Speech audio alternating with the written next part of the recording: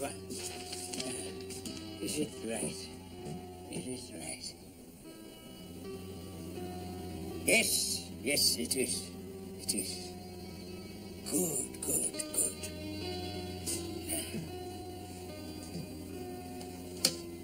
Yes. Yes. Yes. Nothing to worry about, Mrs. Saunders. He should be up and about in a day or two. Oh, thank you, Dr. Scott. Well, it was good of you to come. Oh, not at all. I have a call to make next door, so I should have been coming this way in any case. Mr. Posner? Yes, that's right. He's not well. Oh, nothing serious, I'm glad to say. Well, goodbye, Mrs. Saunders. He's all on his own, isn't he? I believe so, yes. Try and keep an eye on him, you see, but it's rather difficult. He keeps such odd hours. Really? Oh, yes. I often see a light burning in that garden shed of his well into the night. And strange noises you wouldn't believe. Noises? Yes. He does experiments. He has all sorts of peculiar apparatus in there. I don't know what it's for. He's a botanist, isn't he? Yes, I dare say, but you know what these scientists are like. It could be dangerous. I don't want to make a fuss, of course, but... Well, he's an old gentleman. Suppose something went wrong. Well, one or two of our neighbours have even suggested telling the police. I don't want to go as far as that. Oh, I shouldn't worry, Mrs. Saunders. I expect he knows what he's doing. Yes, well, I hope so. But he's certainly a very odd man. Well, it takes all sorts. I'll look in again in a day or two. Oh, thank you, Dr. Scott. Goodbye, Mrs. Saunders. Goodbye. Goodbye, Doctor.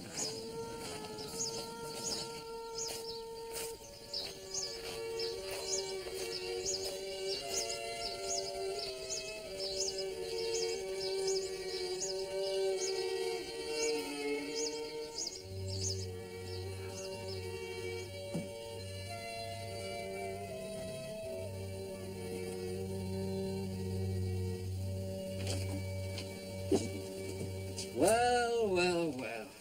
So this is where you hide yourself in the evenings. Doctor... I happened to be passing on my way home, so I just dropped in to see how you were. There's no one in the house, so... I'm fine, thank you, much better. No fever? No. Headache gone? Throat better? I'm quite well, thank you. Kind of you. But headache, no, I have no headache. Well, since I'm here, I might as well have a look at it. No need, I assure you, quite cured. Good. Good. What are you up to? Oh, nothing, just fooling around. Complicated. Yes, yes. What is it? It looks rather frightening. It's an idea, an experiment. Oh? With sound. Sound? I like sound.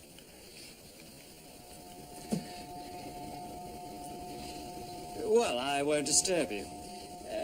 Please, the headache's gone.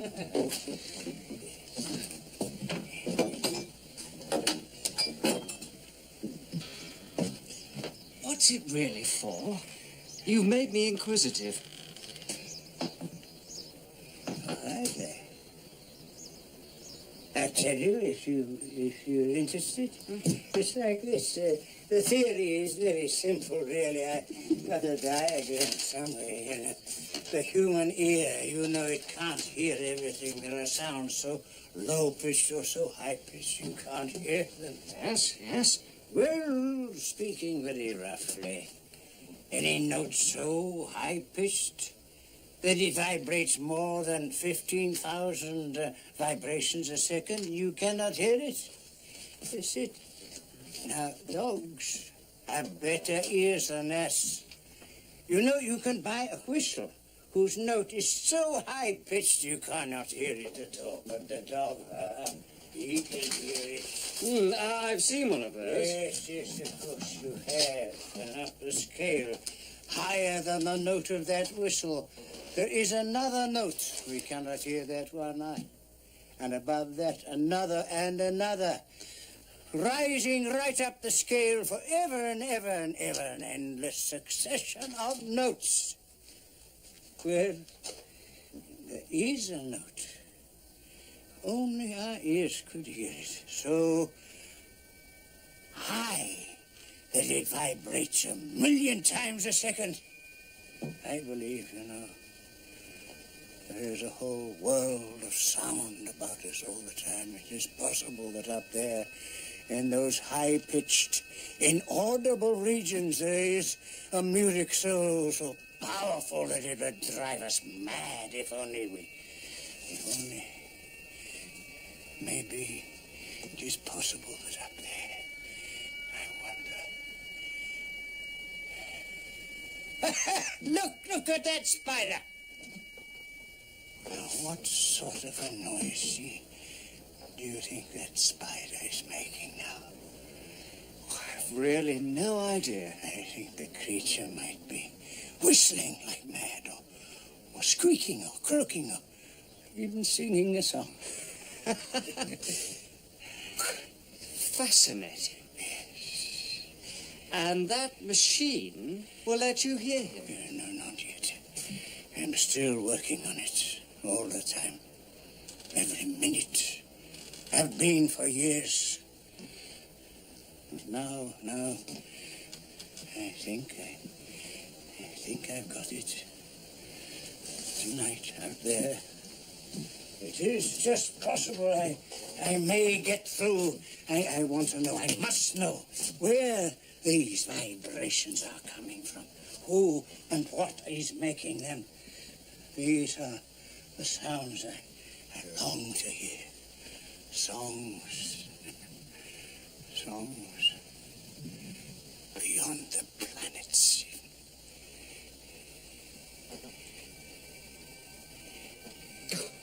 Great heavens, I must be going. Well, I wish you luck with it. I'll call in again sometime and find out what happened. Thank you for telling me.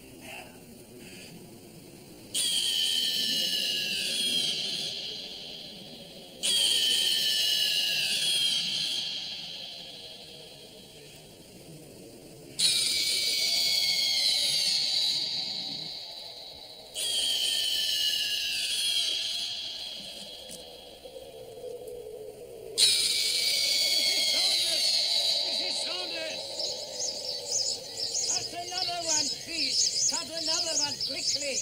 But what's the matter, Mr. Klausner? Please do as I ask. Cut me another rose. Please, I beg you, cut me just one more rose. Certainly, if you insist. Yes. Let's see. Yes. Go on.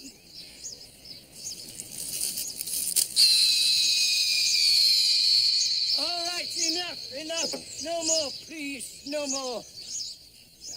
I'm going to tell you something, Mrs. Saunders, something You won't believe you have this evening cut a basket full of roses.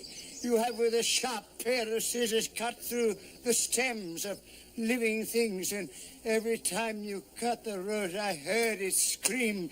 It was the most terrible sound.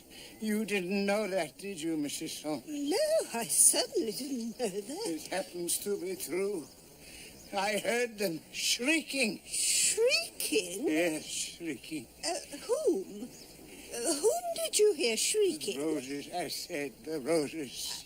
I'm not quite sure I understand you. You say you heard the roses shrieking. Each time you cut one, I heard the cry of pain. I didn't hear anything. No, of course not. How could you? But I did. I heard it. Here. Now, what would you say if I told you that your rose bush can cry out, and that cry can be heard, and the sound is very disturbing, Mrs. Saunders? Yes. It is a sound that has never been heard before this day. It is very, very disturbing. Oh, silly woman.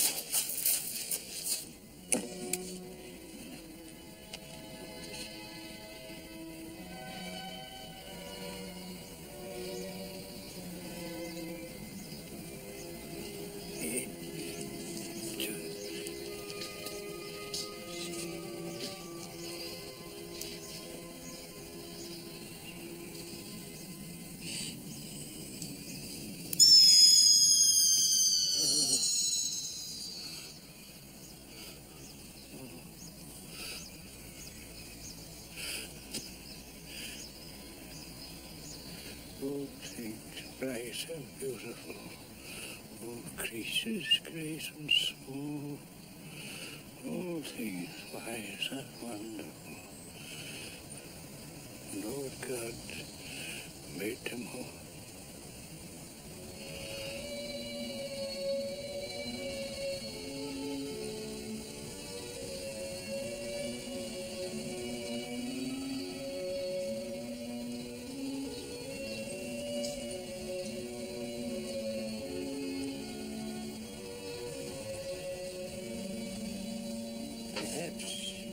Perhaps it is only very delicate, very tender hearts and flowers that feel this pain. Now, would they call it pain, I wonder?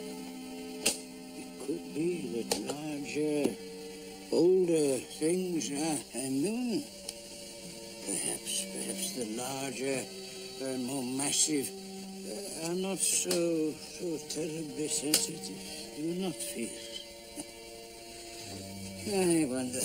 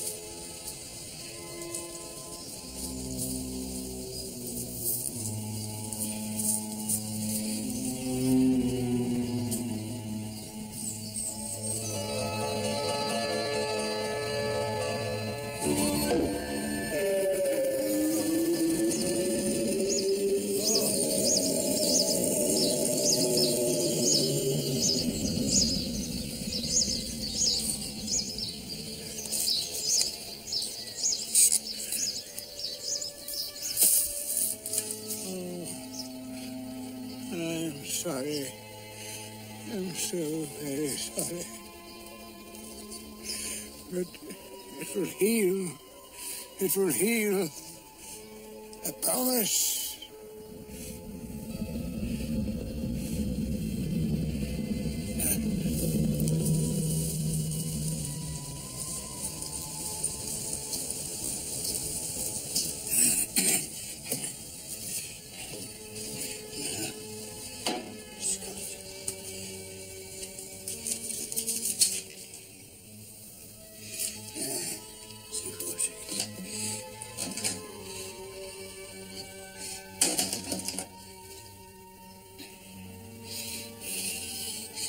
Operator 246. Quickly, please.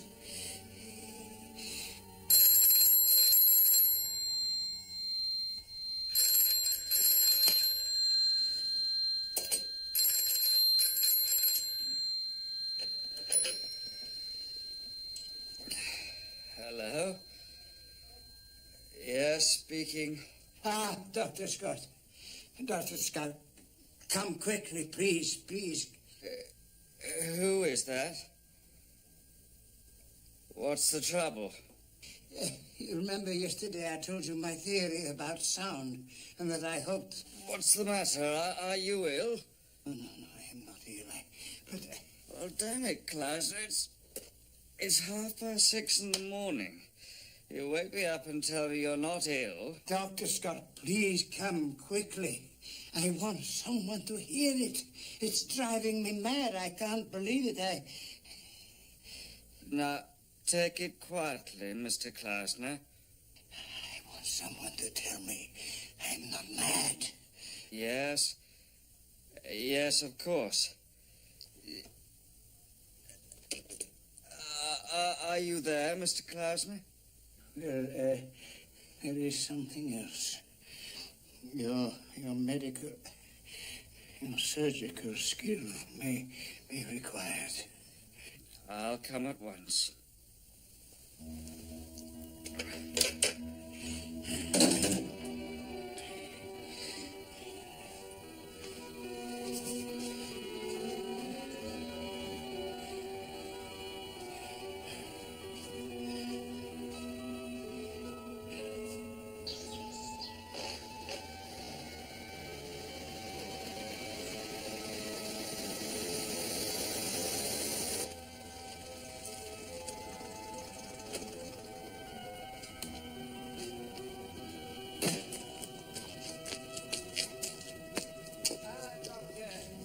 Mr. Klausner, what's the trouble? Doctor, I want you to come with me. I want you to hear it as proof. Will you come? Where are we going? To the churchyard. Come. Now, look here, Mr. Klausner. I think we ought to go back to the house. We can talk about it there. Look, I want you to listen to something quite extraordinary. Will you come to the churchyard? 5 minutes, that's all. Very well, 5 minutes. Very good fellow. This way, through here, round to the left, there's a shortcut. I don't suppose you know. I wanted an old tree. The trees in my garden aren't old enough. And why the axe? Well, you see, in a moment. It's this way over here.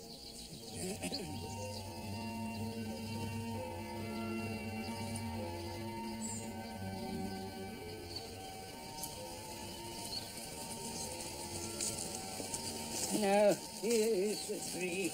He's really quite old. It must be 250 years old, if not more. That way around, please. Now, please, put these on and listen very carefully. Afterwards, tell me precisely what you hear. I want to know. It is very important. Now, what do you hear? What do I want? Do you hear anything? Oh, just a humming noise.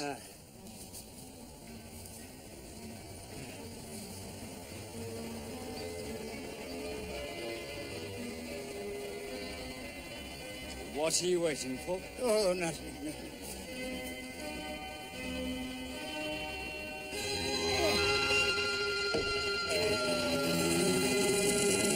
Watch out! Quickly, man! Run! Quickly!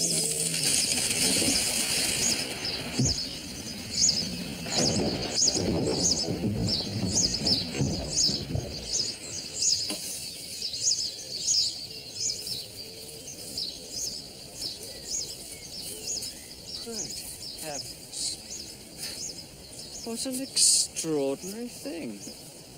Did you hear it? In the earphones, did you hear anything when the axe struck? Well, as a matter of fact, No, I'm not sure. I couldn't be sure. I don't suppose I had the earphones on for more than a second after the axe struck. Yes, but what did you hear? I don't know. I don't know what I heard. Probably the noise of the branch breaking. What did it sound like? I don't know. Now, let's leave it. Dr. Scott, what did it sound like? For God's sake, how could I tell without the tree falling on us? I was more interested in getting out of the way.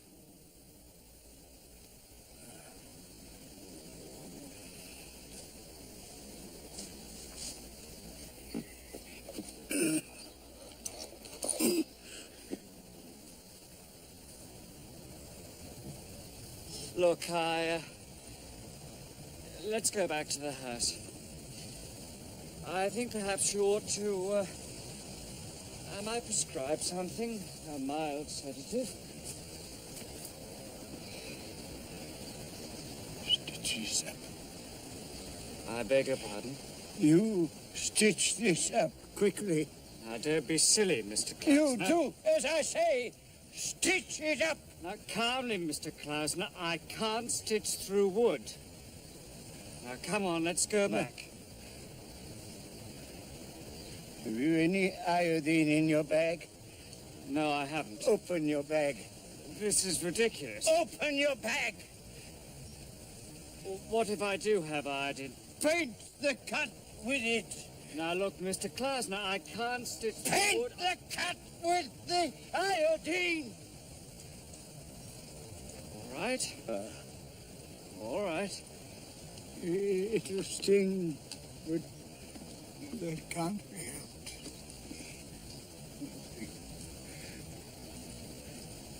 Now, make sure you get it right in. Yes. Right in. Good.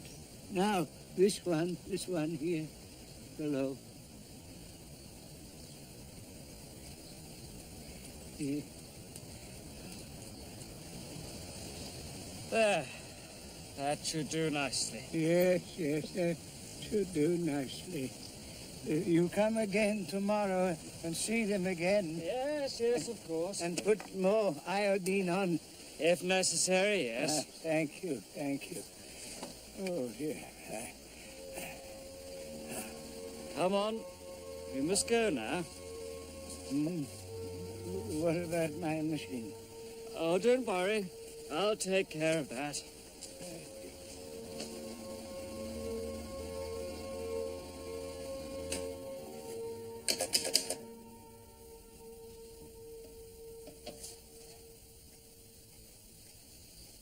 Operator, get me the asylum.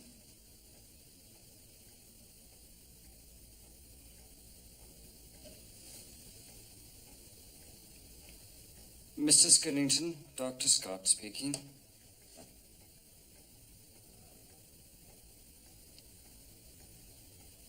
Hello, Norman Frank here. Someone I want you to have a look at. They're sending an ambulance. No, not violent. I've already done that. 5 cc's. Good, thank you.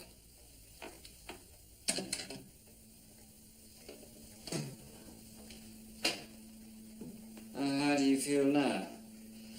You may want to sleep in a moment. I suppose they don't call it pain. I expect plants and trees have another name for it. Toin, or spur, or predicament. Not pain. The noise was worse than anything any human could make. Frightening. Toneless.